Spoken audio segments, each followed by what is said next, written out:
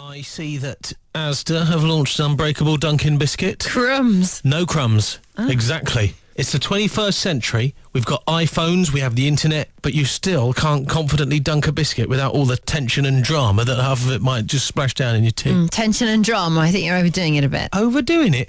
Aren't you forgetting that you were recently in the midst of a broken biscuit crisis? Oh, don't remind me. Harriet Scott, like so many people, likes a cup of tea. She also likes biscuits. Now, there's nothing wrong with either of those things, but when they come together, well, it could spell a recipe for disaster. I had this cup of tea in the studio. It was a good cup, you know, one of those 1 in 100 cups. It might have been PG Tips or possibly Typhoon.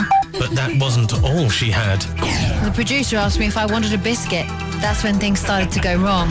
You can say that again. That's when things started I said yes to the biscuit, obviously. I was committed. The one thing I knew, there was no turning back. But what Harriet didn't know was that this biscuit was the last biscuit in the pack of biscuits. I didn't see the packet. The biscuit was already on the plate in a fan arrangement. Presentation is so important. Anyway, I checked it for hairline fractures, you know, all those telltale signs.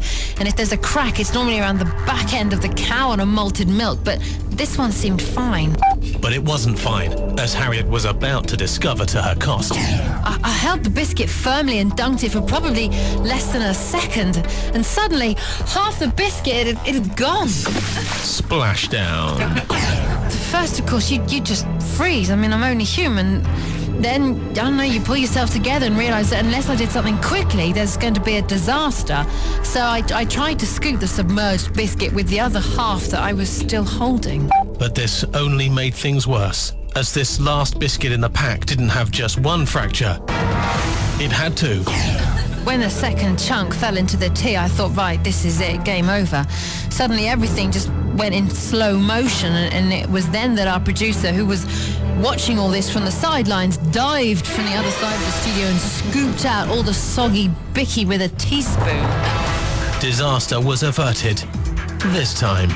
I'm just so grateful to everyone. You know, from now on, I'll only dunk with much stronger biscuits like those Scottish ones. What do you call them? Shortcake, Harriet. All this, just so you could do a short joke.